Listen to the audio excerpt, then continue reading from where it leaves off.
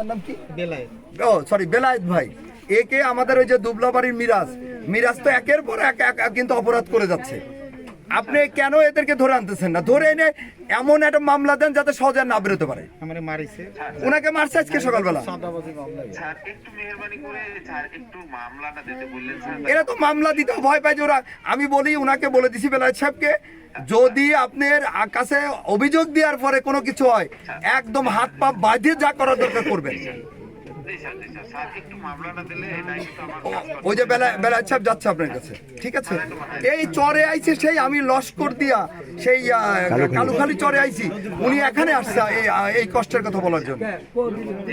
আর ওই যে রতন পাটনির যে মারলো, ওদের কি কোনো কি মামলা নিয়ে ওদের কি কোনোটা ধরার ব্যবস্থা করছেন আপনি?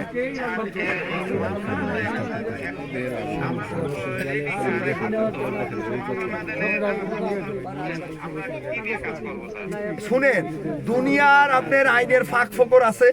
আপনার আল্লাহর রহমতে যদি ভালো কাজ আপনি স্টাবলিশ করার জন্য আপনি চিন্তা করেন, আপনার না পারার কোনো কারণ নাই।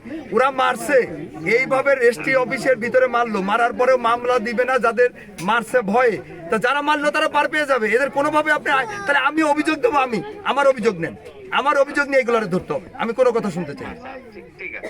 ওরা যদি অভিযোগ না দেয়, আপনারা যদি আইনের কোনো ফরম্যাটে না আনতে পারেন এদেরকে, আমি অভিযোগ দিলে যদি এদের ধরা যায় তাহলে আমি অভিযোগ দেবো। আর ওই যে বেলায়েত সাহেব যাচ্ছে, আপনি একটু প্লিজ এটা সিরিয়াসলি অ্যাকশন নেন। এই মিরাজ কিন্তু অমুক হিন্দু জায়গায়, অমুক হিন্দু বাড়িতে এরে পারে না, কি পারে আমি জানি না, কিন্তু প্রতিনিয়ত এরে থ্রেট দিচ্ছে, ওরে থ্রেট দিচ্ছে, এই সমস্ত কাজ করে বেড়ায়।